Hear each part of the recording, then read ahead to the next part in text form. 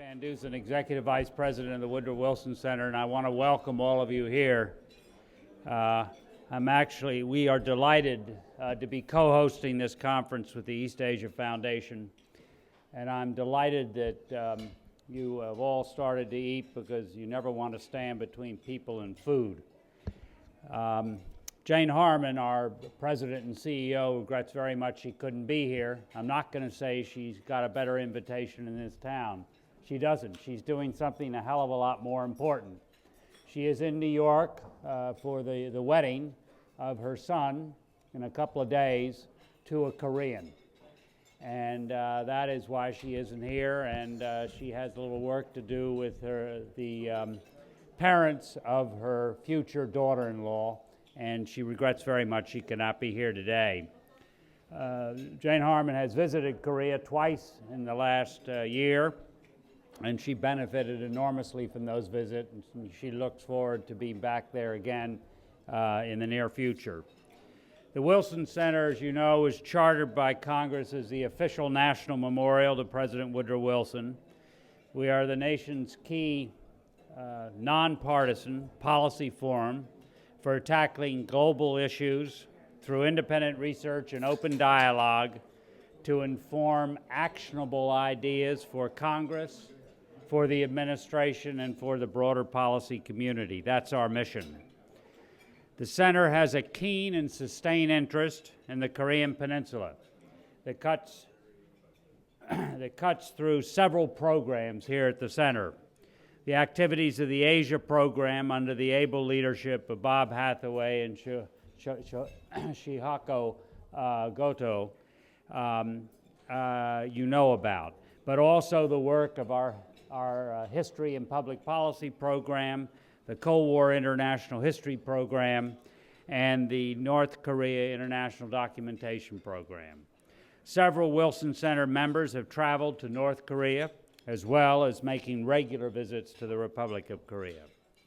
You should also know that the center currently has in residence several Korean scholars, including Sung-Rul Young from Sungshin Women's University. She here? She should be here. And I believe we also have Ji-won Kwon, the staff director of the Korean National Assembly's Foreign Relations Committee, and Jung-jo Kwon, a Korea Foundation junior scholar. Hazel Smith, a scholar from England, is also here writing a book on North Korea this year, and she's there behind a pillar. Hazel, good to have you here in the room. Thank you for being here. We are delighted to be working with the East Asia Foundation on this conference and take special delight in renewing our long-time friendship with Chung-in Moon, who was a visiting scholar here many, many years ago and is a good friend and advisor to the East Asia Foundation.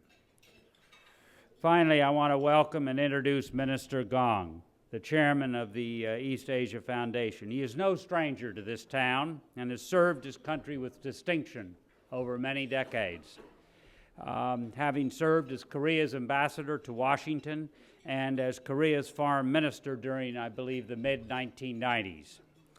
Following Minister Gong's comments, everyone, including our lunch speaker, Mort Halpern, will have a chance to eat before Mort speaks shortly. Minister Gong, welcome, and I welcome your comments if you have any comments to make before people continue with their lunch.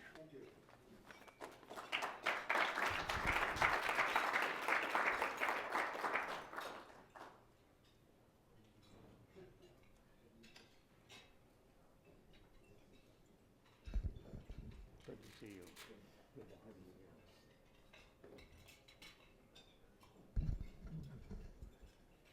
here. Dr. Dusen,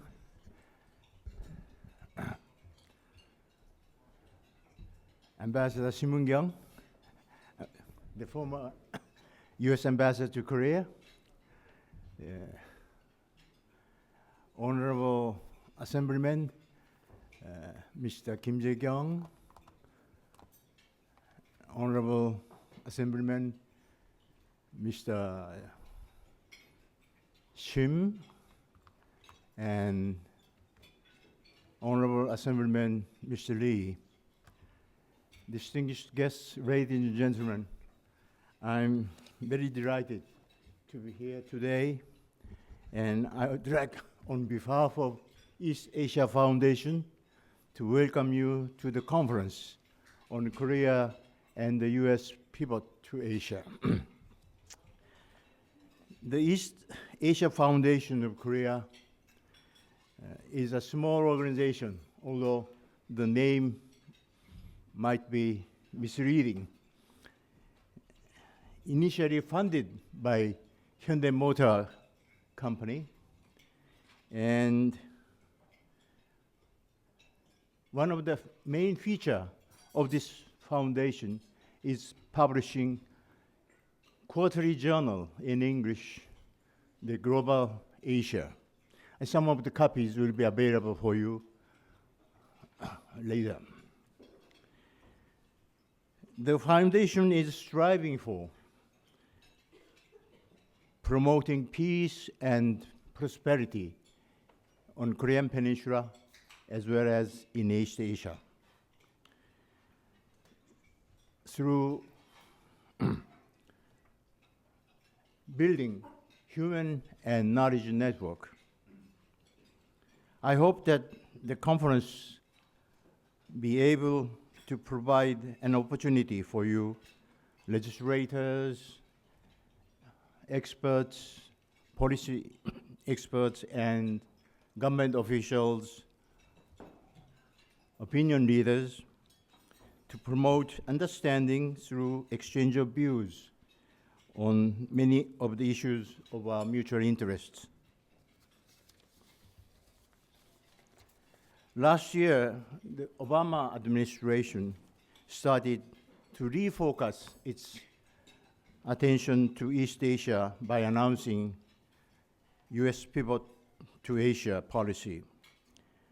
It may be belated, though. The U.S. showed its strong determination to deal with changing situations that took place in East Asia in recent decades, especially with the rise of China. This conference would like to deliberate on the Republic of Korea's role in the changing geopolitical scene of East Asia. Nowadays, citizens of South Korea woke up to hear the blasts of historic war cries and endless threats from North Korea. The North Korea unashamedly nullified the Armistice Agreement of 1953 and drove the whole peninsula into the state of war. In the wake of the United Nations sanction and the annual military exercises between Iraq and the US. In face of North Korea's brinksmanship, the ROK and the US responded with a firm determination that any military provocation by North Korea will be met with a swift and strong retaliation. South Korea and the United States announced its preparedness by signing an agreement on joint response, which will be led by ROK and supported by the US. South Koreans are once again grateful for the unwavering commitment by the United States to defend Korea. South Koreans are very much encouraged by seeing the practical sorties made by B-52, B-2, and F-22 stealth fighting jets to Korean theater. We, South Koreans, believe that the show of force by ally had clearly sent a strong signal to North Korea what it can expect when it resorts to any military provocations in the future. Having said this, I think it might be time to find a solution for the present deadlock. The time to find a way out. A solution may be found in the process of talks between the parties concerned. The process of trust building, which is advocated by President Park Geun-hye, would be a time to implement. I think the talks is much better than a war. As Sir Winston Churchill said, "Joe is better than war." President Park Geun-hye is expected to visit Washington as her first foreign visit. While she is in Washington, it is expected that the issues of revising 40-year-old nuclear agreement with the United States will be taken up with US leaders. The agreement is due to expire in year 2014, and the time limit to revise the agreement is less than 3 months.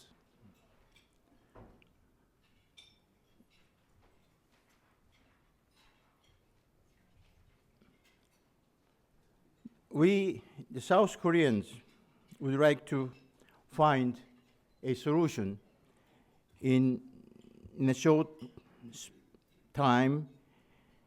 The South Korea ranks now number 5 in nuclear reactors, which we possess. South Korea relies in nuclear reactors to supply 35% of electricity in South Korea. And it has 12,000 tons of spent fuels in stockpile. And the storage tanks for these spent fuels is almost overflowing in very short time.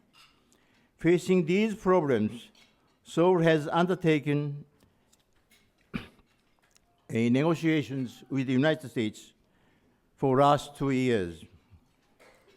However, unfortunately, no significant progress has been reported due to the difference of positions of both sides on core issues. In view of the importance of peaceful use of nuclear energy and the urgency, the Republic of Korea is very much in earnest to reach an amicable and satisfactory solution.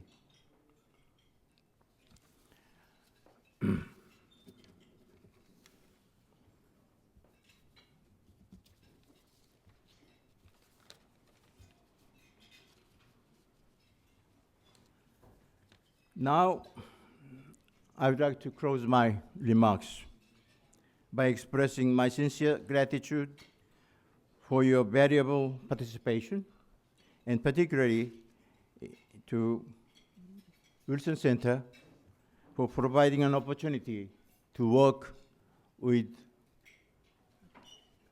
in promotion of understanding between our two nations. I hope this conference will produce a valuable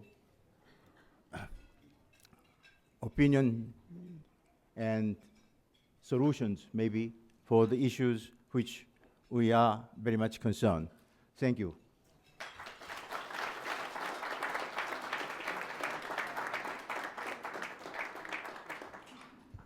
Please enjoy your lunch. We'll be back in a couple of minutes with a few minutes with our speaker. One person I wanted to recognize that I failed to do so a few minutes ago is Congressman Don Manzullo, who served the state of Illinois with distinction for 10 terms. He served on the Foreign Affairs Committee. Don, welcome. And it's good to have you, and I'm glad for the work you're doing on Korea. Good to have you here.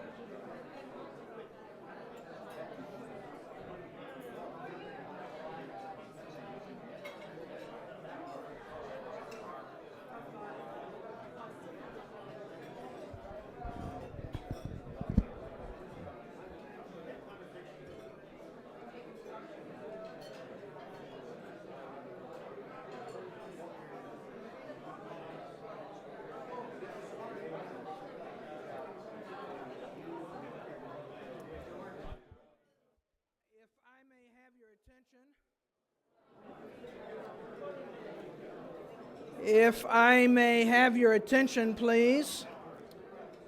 I see we have a rowdy group here. Thank you. I'm Robert Hathaway. I direct the Asia program here at the Wilson Center. Let me simply add my welcome to those offered on behalf of the Wilson Center already by my boss, Mike Van Dusen. We are delighted to have so many friends from Korea who have come here. Minister Gong, we are particularly grateful for you joining us and for our partnership with the East Asia Foundation.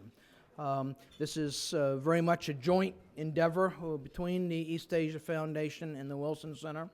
Let me as well thank our Korean friends, those members of the National Assembly, and others who have made an awful long trip to be with us today. We're most grateful. Ambassador Stevens, we're of course delighted to see you again. Always welcome here. And I think it's time for us to get on with the proceedings, which is to hear from our lunchtime speaker. Mort Halpern has an imposingly long CV, and I'm only going to give you the very, very short version. He is a senior advisor to the Open Society Foundations, having served previously as the director of U.S. advocacy for that organization. If you look at his CV, he has had senior positions in the U.S. government, in the academic world, in the think tank community, for important advocacy groups. He worked in the Lyndon Johnson and Richard Nixon administrations. He was special assistant to the president and senior director for democracy at the National Security Council under President Clinton in President Clinton's first term. He was director of the policy planning staff at the State Department, frequently referred to as the State Department's think tank, during the second Clinton administration. He has been director of the Center for National Security Studies for 17 years, serving simultaneously for 8 of those years as the director of the Washington office at the American Civil Liberties Union, and it goes on and on and on.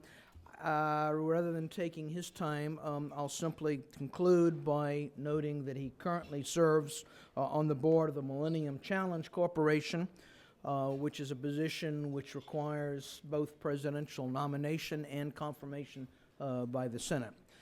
Mort, we are delighted to have you at the Wilson Center. Following Dr. Halpern's presentation, he's agreed to take some question and answers. So Mort, welcome to the center. We invite you to come up now.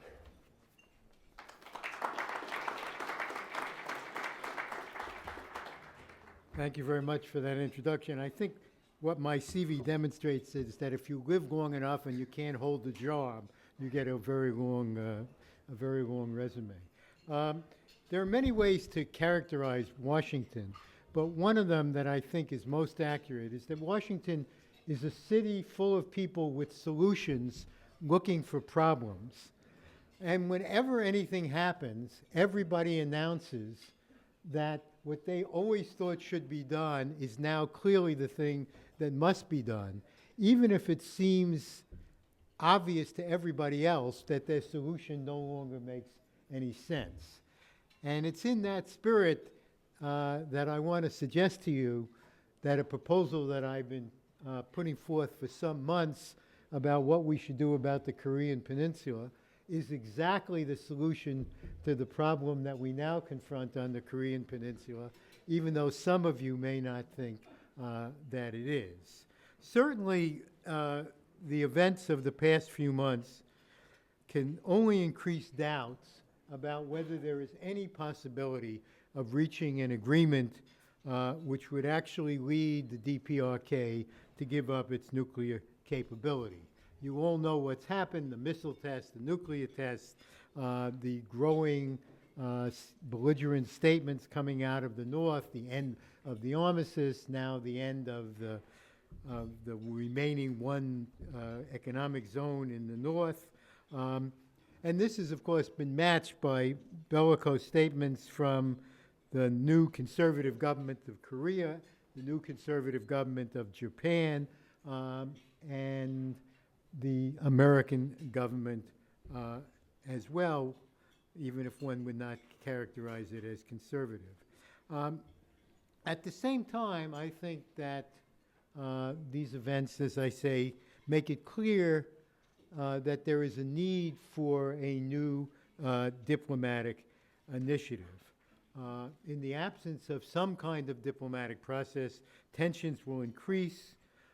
And as we have seen just in the last few weeks, the issue of whether the Republic of Korea and Japan need their own nuclear capability, and the issue of whether the United States needs to reintroduce nuclear weapons back into the region will become much more prominent in the debate. In my view, any of those things would be a great step backwards for the security of all of us. But I think we need to recognize that in the absence of some possibility that the North Koreans will eventually be persuaded to give up their nuclear weapons, that we will have to reconfront these issues of how to make the nuclear deterrent more credible, and whether that means the presence of American nuclear weapons in Asia or the presence of indigenous capabilities.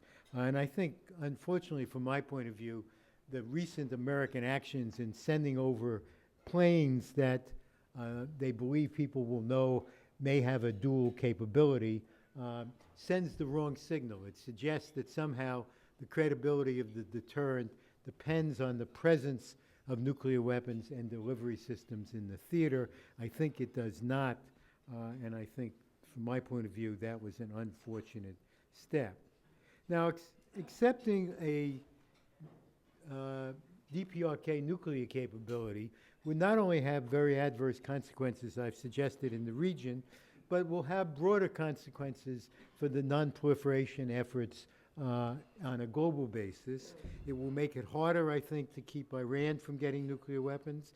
There is a danger that the North Koreans will resume their policy of nuclear proliferation and help the Iranians and others to get nuclear weapons. And while I think containment will work against North Korea, we have not heard the argument that you hear about Iran that somehow they can't be deterred, which I think, by the way, is not correct. But in the case of North Korea, I think everyone agrees that they probably can be deterred. Nevertheless, I think none of us sleep better knowing that a regime that's so uncertain and so mercurial has the capacity to unleash nuclear weapons. So the question is, how do we move forward? I think the statements from both sides make it clear that the kind of short-run, small agreements that we've tried to negotiate in the past are extremely unlikely in the current situation.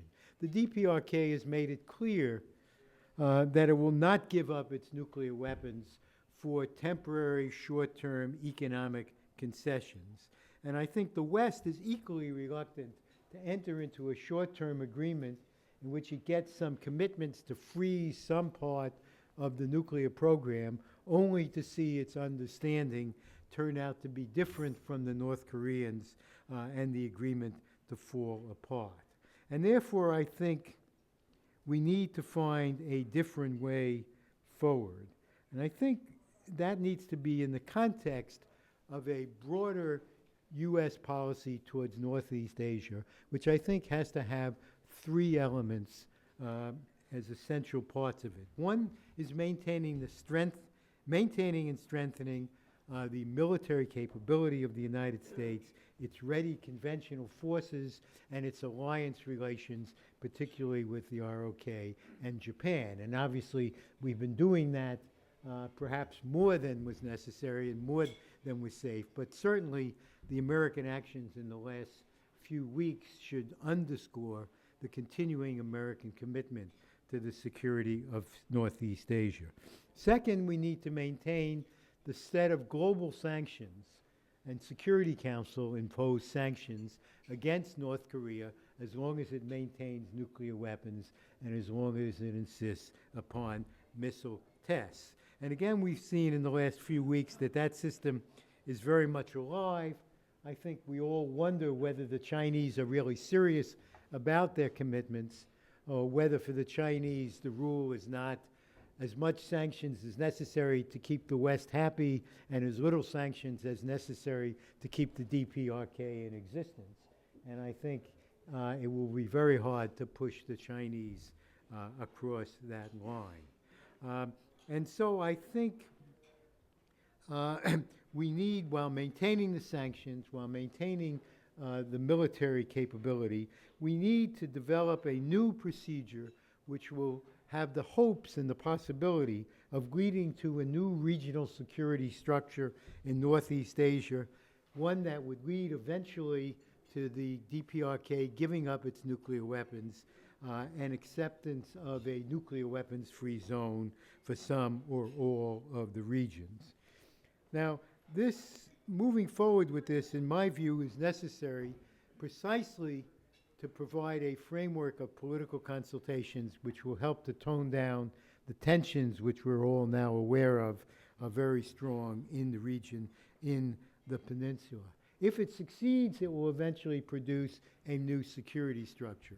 If in the end it fails, it will nevertheless, I think, demonstrate to the countries in the region the American commitment not only to security but to efforts to improve the security structures and to denuclearize the region. And it will give us time to deal with the question of how we deal ultimately with a nuclear North Korea if it turns out that we cannot persuade them to give up those nuclear weapons.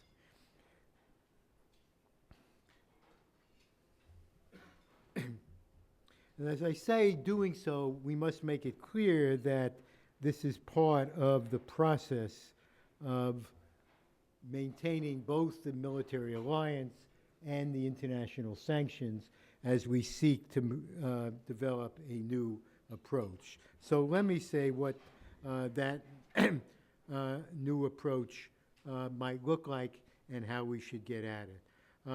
I think it has to focus on trying simultaneously to deal with the set of peace and security issues which are clearly at the forefront of the agenda of the DPRK, while at the same time dealing with the denuclearization issue, which is clearly the major concern of the United States and its allies in the region. We need to look forward to a comprehensive agreement which would include in the same treaty both the ending of the war, the establishment of diplomatic relations, the ending of the sanctions against the North Koreans, and the establishment of a security structure for Northeast Asia, which would include the 6 parties and perhaps other parties. And we need also to have in that agreements for nuclear energy and other energy for North Korea, hopefully in the context of a broader agreement on how we're going to deal with the issue of peaceful nuclear energy in Northeast Asia. And at the same time, we have to have a process for denuclearization, which in my view has to be broader than North Korea and preferably broader than the Korean Peninsula. And we need to think about a nuclear weapons-free zone for Northeast Asia, and perhaps broader than Northeast Asia is usually thought about to include perhaps other countries, including Mongolia.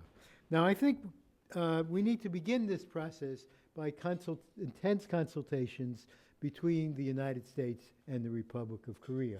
And I would hope those discussions would begin when the president of the Republic visits the United States, which, as we know, will be quite soon. I think that is the time to begin a discussion about a new diplomatic initiative to develop and then present to the North Koreans this new approach. Now, clearly, today is not the day to try to talk about a comprehensive peace agreement with North Korea. But I think we need to begin the process of talking about being ready to make those proposals as soon as it appears to be the appropriate time to do so. And that means we need to begin conversations between our two governments, between the government of the Republic of Korea and the United States, about what this package of proposals would look like. And once we have some initial agreement between the two countries.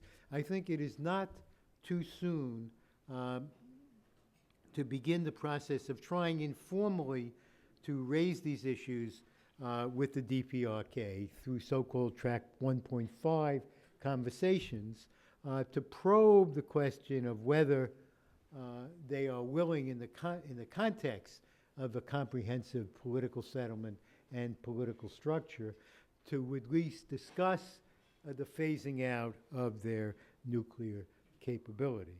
We will need also to discuss this, of course, with Japan, with China, and with Russia, and ultimately with a larger group of nations that, in my view, should be part of the ultimate process.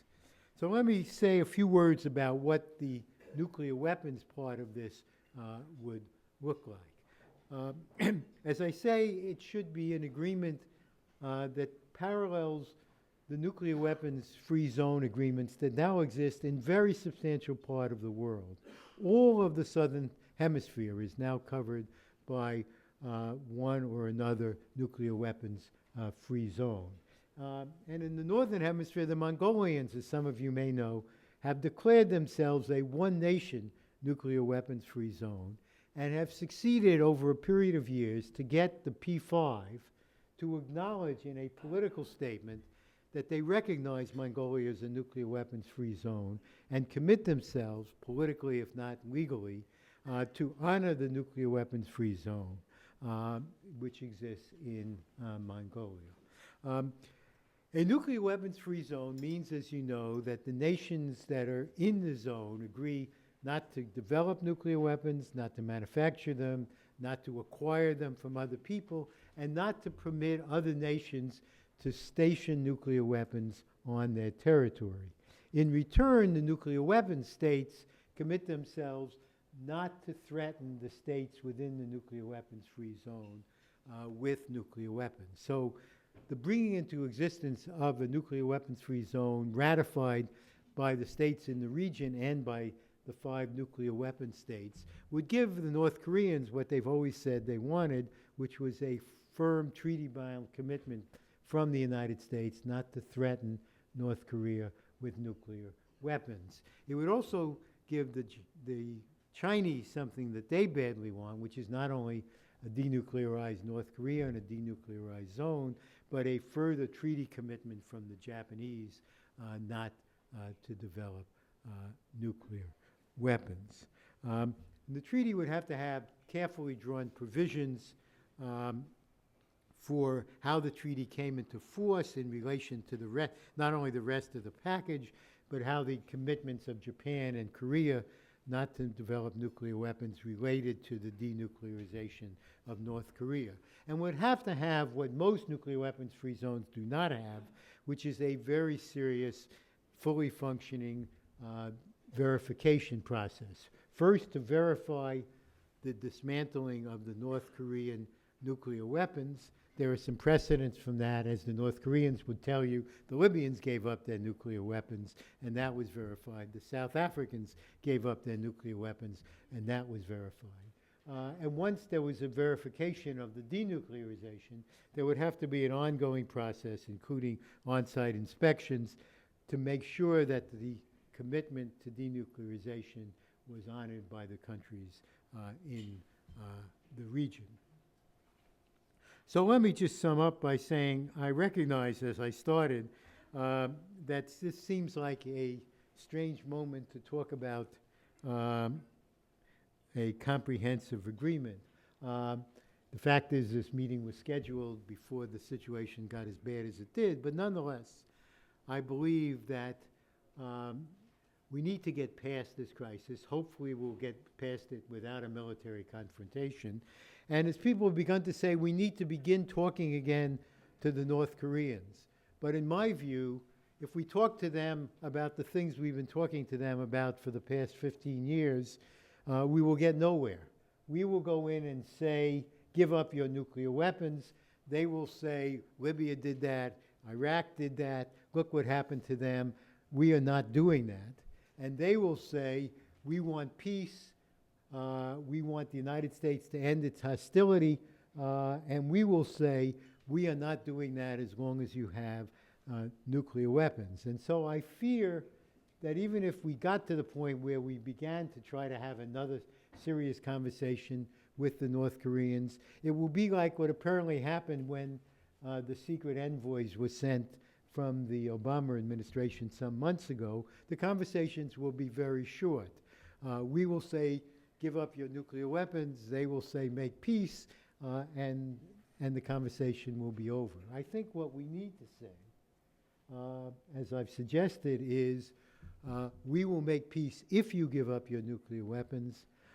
Let's talk about how we can agree on what that outcome looks like, and then we would have to have another negotiation about the step-by-step process to get us there. But I think at least there is some possibility that the North would be open to that over time as we show them that the path of belligerency doesn't get them anywhere. And I think it is the way for us to move forward together in dealing with the North Koreans. So thank you for your attention, and I'm happy to answer questions.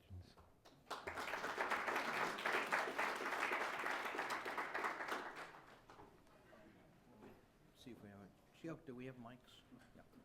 If I can just ask everyone to wait until you're recognized, wait till we get a microphone to you. Identify yourself and keep your questions very brief. Thanks.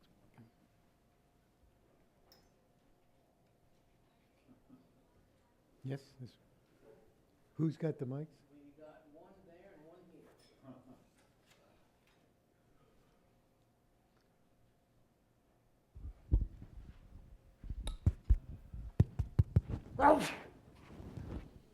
Hi, thanks. Rachel Oswald, Global Security Newswire. Can you clarify if your proposal includes the United States making, I guess, the first gesture, making the first offer towards peace discussions? And would this, in your envisioning of it, would a formal peace treaty between the U.S. and North Korea and South Korea come before North Korean denuclearization, or would they be phased, as was suggested in the six-party talks?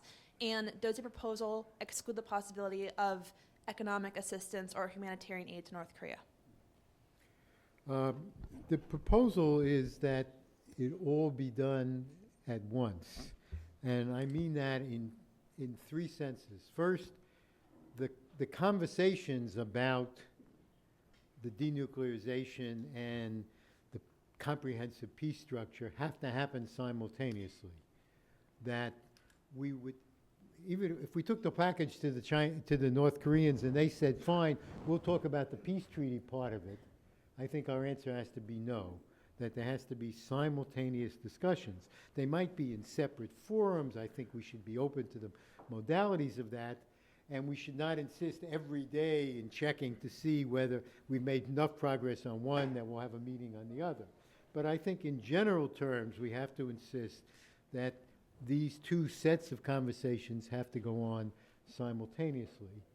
And second, that they would not be agreed until the whole package was agreed. What I envision is a single treaty, which might have different clauses about when each part of it came into existence, what had to happen before it entered into force.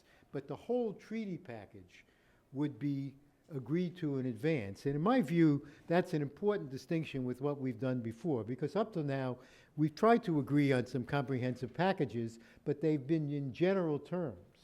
And what they actually meant has clearly been different to us and to the North Koreans, and they haven't filled in all the blanks. So I think we need to complete this package at one time. And then once it's completed, we need to have a negotiation about how it gets implemented. So what step-by-step things do you take along the way till the treaty actually enters into force? Now, I would certainly not exclude specific humanitarian gestures towards the North. I mean, certainly the South needs to decide for itself what kind of bilateral undertakings it wants to have with the North as this process goes forward.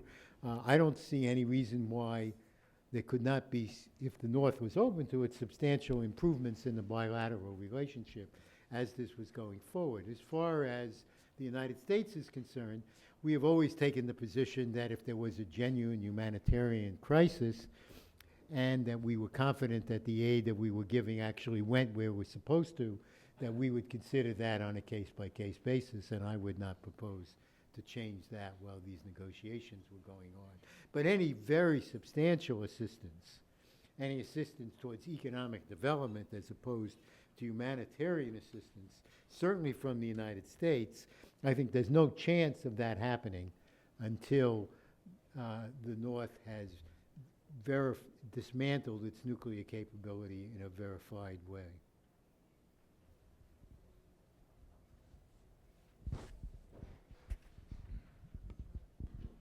Thank you. I'm Mike Billington with Executive Intelligence Review. I agree with your call for talks with the North, but I wonder if you can address the broader issue, which is that both Russia and China look at the buildup in Asia as the ABM systems in Europe and other offensive weapons deployments, which we're now seeing around Korea, as not really having to do with Korea or Iran, but rather the encirclement of them and the threat of a counterforce capacity in the West, which would undermine their retaliatory capacity to a first strike. And they've quite publicly warned that we are actually closer to nuclear war globally than we have ever been. Can you address that?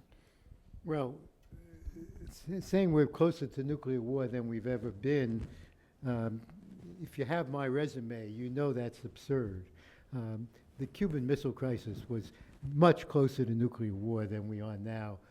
The Soviet threat, Khrushchev's threat to cut off access to Berlin, brought us much closer to nuclear war than we are now. So I think it's hyperbole to say that we're closer to nuclear war than we've ever been. On the other hand, I agree with the Russian and Chinese concern here. The American fascination with ballistic missile defense has never made any sense to me. It is not a credible deterrent. It's not reliable enough that you could count on it to work, and yet it increases the fear of your opponents that you're about to attack them. I think the recent changes in the deployment as a result of the North Korean tests should actually reassure the Russians. And there was some indication that the Russians, I think, were less worried because we canceled the deployments in Europe.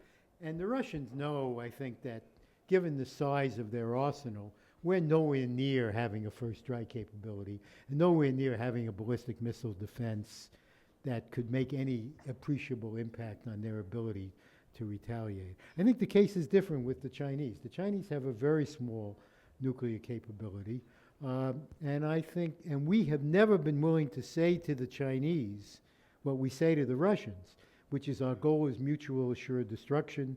Our goal is not to try to take away your first strike capability. This administration and all previous American administrations have refused to say that to the Chinese. I think that's a fundamental mistake. I think it increases tensions. I think it's very dangerous, and I think it gets us nowhere.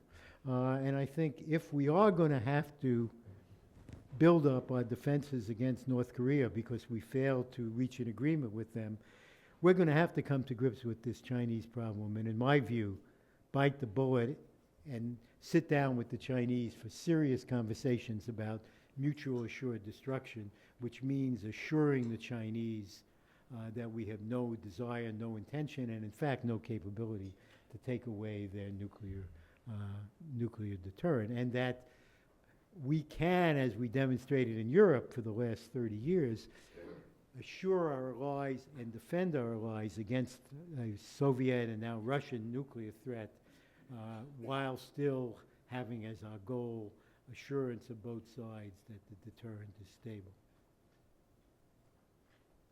Yes, in the back there.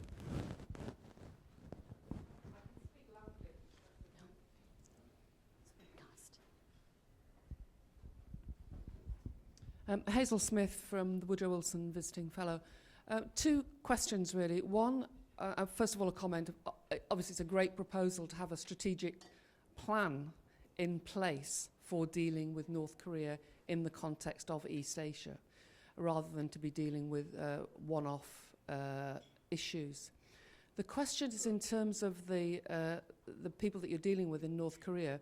From their perspective, they don't believe that even a plan which is brought forward by the administration, once it comes to being implemented, can be got through Congress.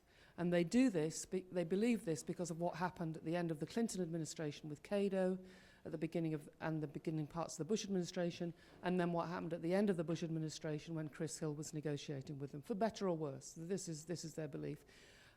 So what is your view about the possibility of getting something through a Democrat, when I say democratic, I mean in a democratic country, getting through Congress?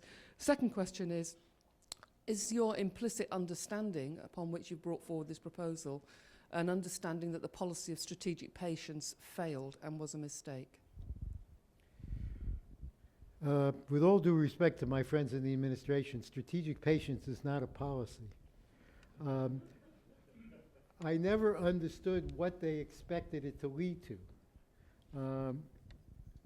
And I think we've now unfortunately found out what it led to. I understand the North Korean concern. I was in the Clinton administration when we came very close to an agreement with them, and I still think if we had had 2 more months, or if the will of the people had been reflected in our election, we would have had an agreement with the North.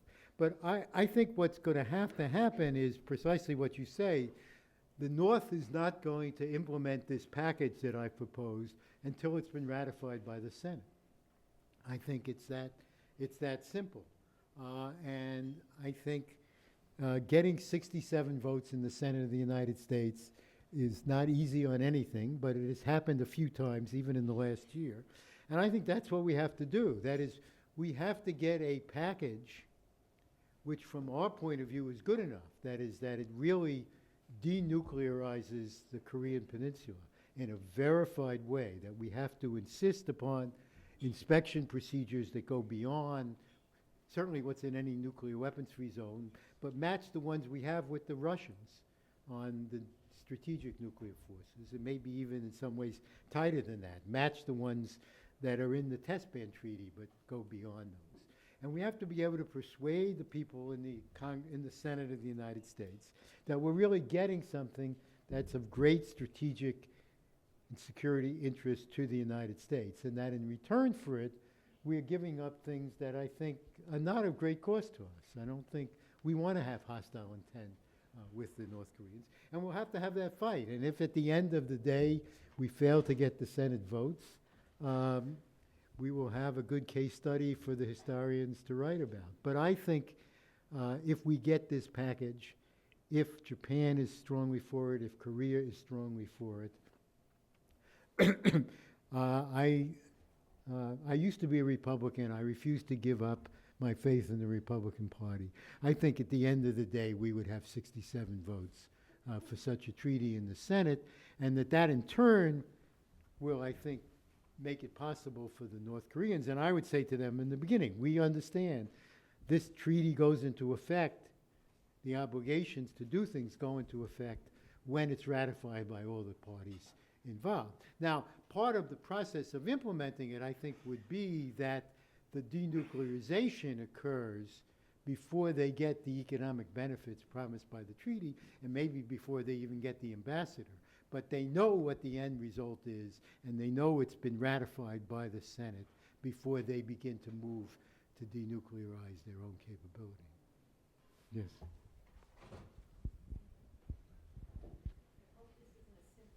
Well,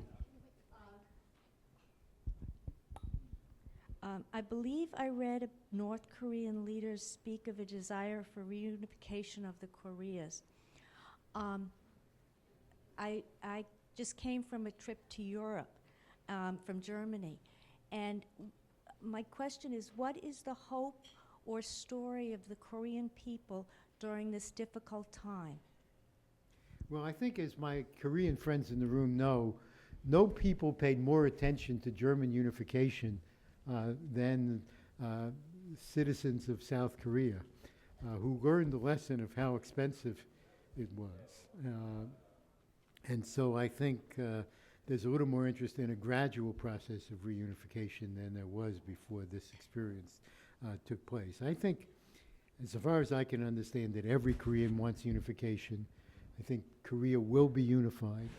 I think that it's not going to happen quickly. The Chinese, I think, will do what they have to do to keep North Korea from collapsing. But I think that both sides recognize that this has to be a slow process and has to begin with the economic development of North Korea, that you simply can't merge these two extraordinarily different economies. Yes, back there. Oh, I'm sorry. We'll take one here and then there. Mike Macetic, PBS Online NewsHour. In your text, you talked about that the Chinese have less enthusiasm about this kind of negotiation because their priority is to prevent the collapse of North Korea. How much does this, both for the Chinese and obviously for the North Koreans themselves, the prospect of or fear of collapse cloud the prospect for the kind of diplomatic initiative that you're talking about? And perhaps maybe strategic patience means waiting for North Korea to collapse. I don't think North Korea is going to collapse anytime soon, because I think what the Chinese have to do to keep it from collapsing is relatively small, and I think they fear two things. One is a mass exodus of Koreans into China, and two, the march of American military forces up to the Chinese border. And those two things together are enough to keep them determined to prevent the collapse from occurring. I think actually if this is done right, the Chinese will see it as in fact making it less likely that North Korea collapses, because it will be the recognition of North Korea by the West. It will be the beginning of aid to North Korea from the West.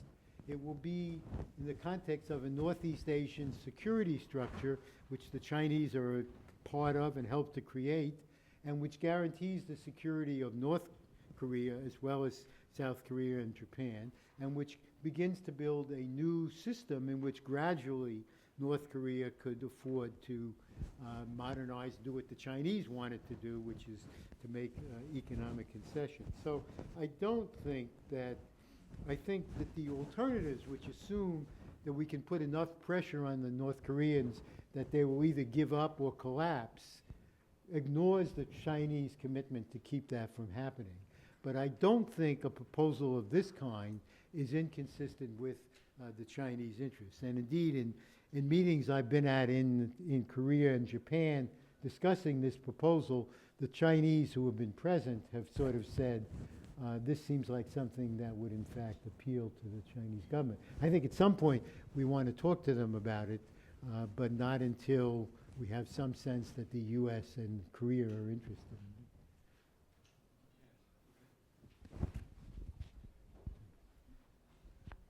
I'm Richard Scorza. I'm a retired Foreign Service officer and acted as a spokesman during one of the phases of the four-party talks. And it occurs to me that a document that bears the signature of the ROK presented to the North Koreans is ipso facto a repudiation of their intent to unify the Korean Peninsula. So how do you calculate for that mindset? Well, I wouldn't start with a document signed by anybody. I mean, I think, as I suggest, the first thing ought to be conversations between Korea and the United States, but not to produce an official joint document that you then present to the North Koreans. Then, after whatever appropriate conversations with the Japanese, I think we should have track 1.5 conversations with the North Koreans and see if they're interested in the basic structure.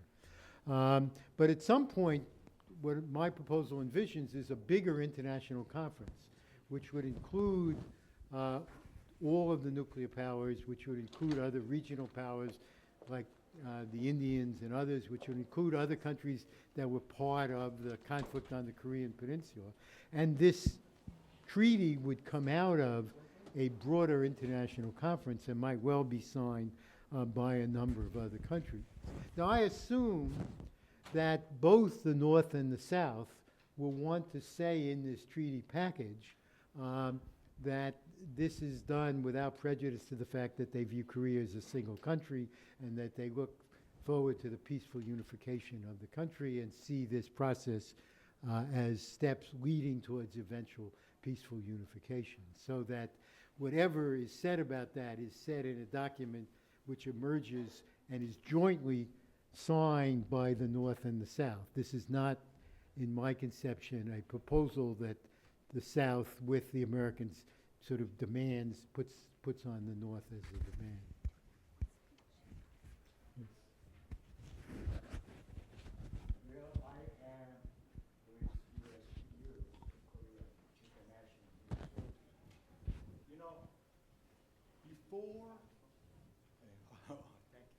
Before and after he was elected to the leadership of this great nation, President Obama emphasized time and time again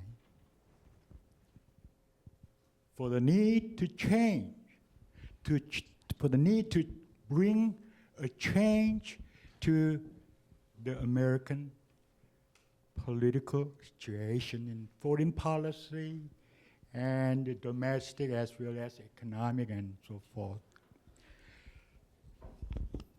He emphasized the need of change, not because he was not satisfied with what's going on, but because he, after a long, agonizing thought, came to a conclusion: we need justice in domestic economic policy as well as international political policy. Why?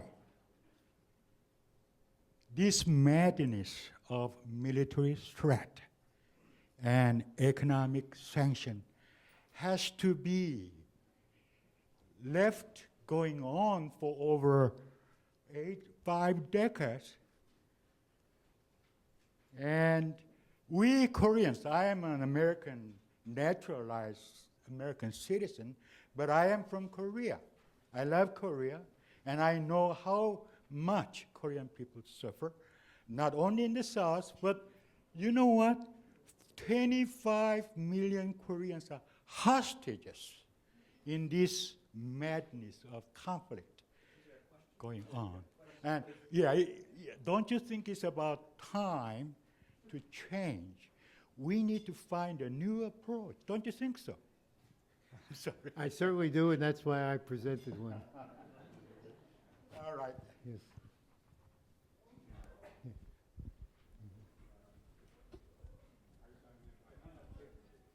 It's coming. Thank you. My name is Steve Hirsch. I'm a freelance journalist. If Chinese efforts in this area are hobbled by their fear that South Korea will collapse, North Korea. North Korea. North Korea. Sorry. Yes. I guess that's not their fear. If Chinese efforts are hobbled by their concern that North Korea is going to collapse, and if, as you have suggested earlier, this is not likely to happen, would it be a good time for this separate from the proposal that you've outlined in your paper, would it be a good time right now for the U.S. government to have talks, perhaps quiet talks, with the new leadership in China to reassure them that that is less of an issue that they think, in an effort to sort of bring them further into the process, or is that just a crazy idea?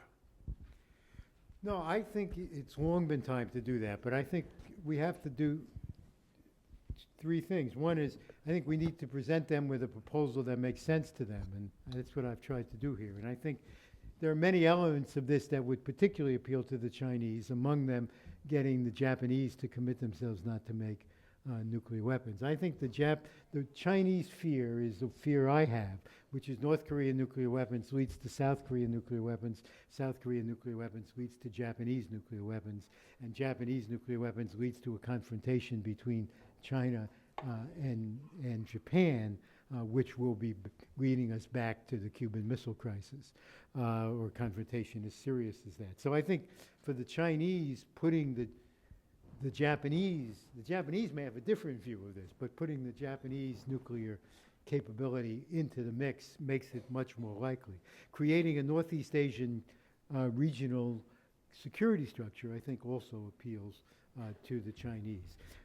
But I think there are two other things we need to do. One, which I mentioned in response to a previous question, we need to begin serious talks with the Chinese about nuclear weapons, and that has to start with the United States giving up the threat against China that we will develop a first strike capability against which they don't have a response. That is current American policy, and I think it needs to change. It is, in my view, not attainable and stands in the way. When people ask why can't China and the United States have a conversation about nuclear weapons, if you ask the Chinese, they will tell you it's because the Americans are threatening us with a first strike, and there's nothing to talk about until they give that up. The other is, I think we should think about security assurances on the Korean Peninsula. I think, for example, we should say to the Chinese that we will put in the treaty if they want. And obviously we'd have to negotiate this and discuss it with the Republic of Korea. But I think we should both be prepared to say that no American military forces will be stationed north of the current DMZ.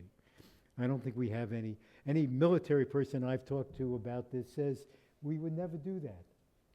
But we have not offered it to the Chinese. And that would begin a discussion with them about what security arrangements would be necessary to make them comfortable about a united Korea, which was in an alliance with the United States. I don't think it's incompatible with Chinese interests, but I think we need to have and have not begun to have the conversation with them which would make them comfortable with that.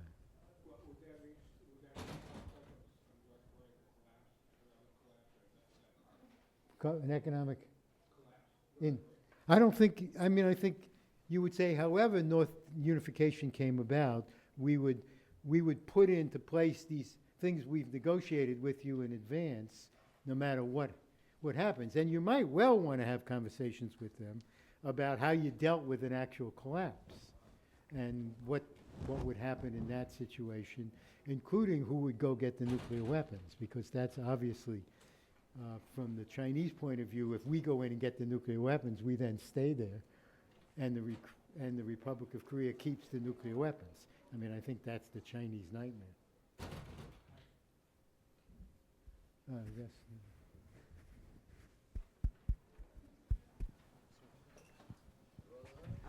I'm Jenny Park with the USA Journal. On the talks with North Korea, past the two-party talks and three-party talks, and four-party talks, even if six-party talks are done. North Korea is still not unchanged. How would the United States assessment about effectiveness of six-party talks? Six-party talks? Yes. Thanks. I think the six-party talks are over for now. We could spend another 3 years, as we did 3 years at the beginning of the Obama administration, negotiating about the conditions under which the six-party talks would start. And we'd probably fail, and if we succeeded, we'd get to the six-party talks and then discover that we have nothing to talk about. So I think the venue is less important than the substance, that the six-party talks played a major role, and I actually was a big advocate of them in the Clinton administration. But I think they've played their part, and that we need now to engage in a set of quiet bilateral conversations until we're ready to convene something that's not six parties, but is 15 parties or 20 parties, and which gives everybody cover for what's being done because it's in a broader international context.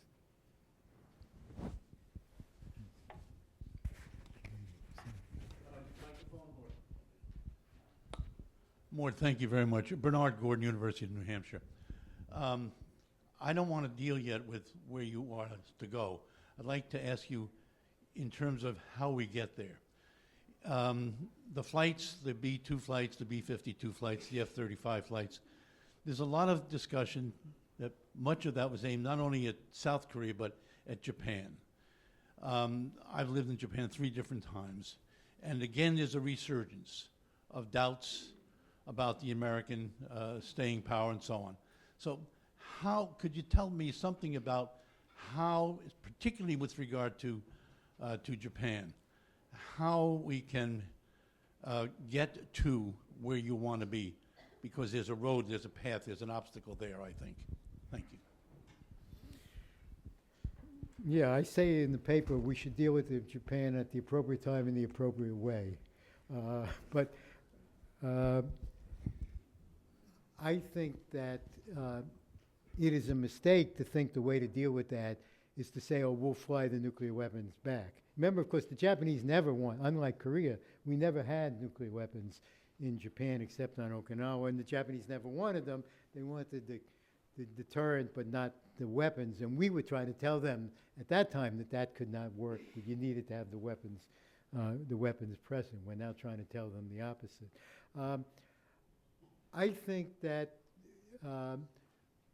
we need to do several things, one of which we started doing. The Obama administration consulted more thoroughly with Japan in the development of the Nuclear Posture Review than any American administration had ever done with the Japanese government on nuclear issues. And I was in Japan right after the Nuclear Posture Review came out, and everybody I talked to, from people in the government, in the War College and so on, all agreed that that had happened. And we've begun those conversations with the Republic of Korea as well, and I think they are a very credible conversations. I think we have to make more public and broader the conversations which I gather we've had with both countries, which say that even in response to a nuclear attack, we would respond with conventional force, and you would want us to respond with conventional force. If North Korea dropped a nuclear weapon on either Japan or South Korea, you would be insane to respond to that with nuclear weapons. First of all, you would kill vast numbers of innocent North Koreans who have had nothing to do with the decision of their leaders to drop the weapons.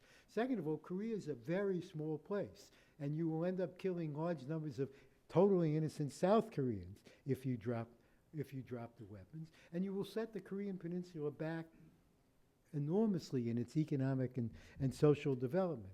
The only sensible and credible response to a North Korean nuclear weapon is to take out the North Korean leadership instantly, completely, with a massive conventional attack, to try them if they're alive, or probably they'll be killed in the process, and to liberate the people of North Korea, and to bring about the unification of the country, and to deal at the same time with the horrendous implications of the nuclear weapon which was dropped. We've said that. The U.S. government has now said that to the Korean government, and I think to the Japanese government, but certainly to the Korean government. It's a public fact. We need to have those conversations more broadly with the public in both of those countries, and at the same time remind the Japanese that we've stayed with them through endless crises and will continue to stay with them, that the United States is a reliable security guarantee of Japanese security. It doesn't mean the Japanese can't do more on their own, and they probably will spend more, but I think as long as it remains conventional, that it's consistent with this process. The Japanese are also going to have to deal some way with the abductee issue, and that's one of the reasons why I don't think they can be early leaders of this effort. I think we have to tell them what we're going to do. We have to tell them, and I think at the end of the day, if the North does this whole package, it will then make a side deal with the Japanese on the abductees. It's not going to let that stand in the way of the process. So I think we have to just make sure the Japanese understand that at the end, we expect the North to somehow deal with that problem, but it's going to come later in the process. Therefore, they may not want to be out front, but they should not be objecting to our moving ahead with this or seeing it as something that undercuts their security. I'm sorry, you've had a question for a while. And then this will have to be the last question. I'm Lois Tett. I write for majority and women-owned businesses, and I blog. I have two questions. Are we to understand that you are saying that Japan will come to the aid with China and help Korea, should there be a bad scene? And also, my other question is, why is everybody coming here for us to help them fight this one, the other one, and the other one? We have our own problems. We have been in a war 10 years. We are sick of war. I was told at the State Department by some other people that wars make money. Let's make war. Let's give war a chance. This is asinine. This is crazy. Now, as far as the Japanese are concerned, they've got to have their concerns about China. China's tearing up their stores and running them out of places in Japan. So they got their own concerns, and they've been stockpiling radium for the longest time, over 15 to 10 years. So they're not totally, not willing, but they have some recourse. But I do think they have their own concerns. The Japanese certainly have their own concerns. I do believe they would be with us if there was an attack on the Republic of Korea by the North Koreans. They've certainly committed themselves to that in the conversations with the United States. I think the American people are tired of war, and I think they would not be very happy if we ended up in a war on the Korean Peninsula because we let the current situation get out of hand. But I am hopeful that we will not, and that we will turn from stopping that to looking at a comprehensive proposal. Thank you very much. Mort, thank you. Join me in expressing our appreciation.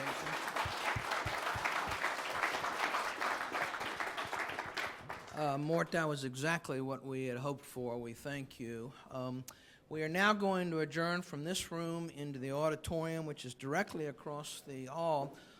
We'd like to get started in 10 minutes. So I would encourage the speakers in the first panel to go right up on stage. Thank you all.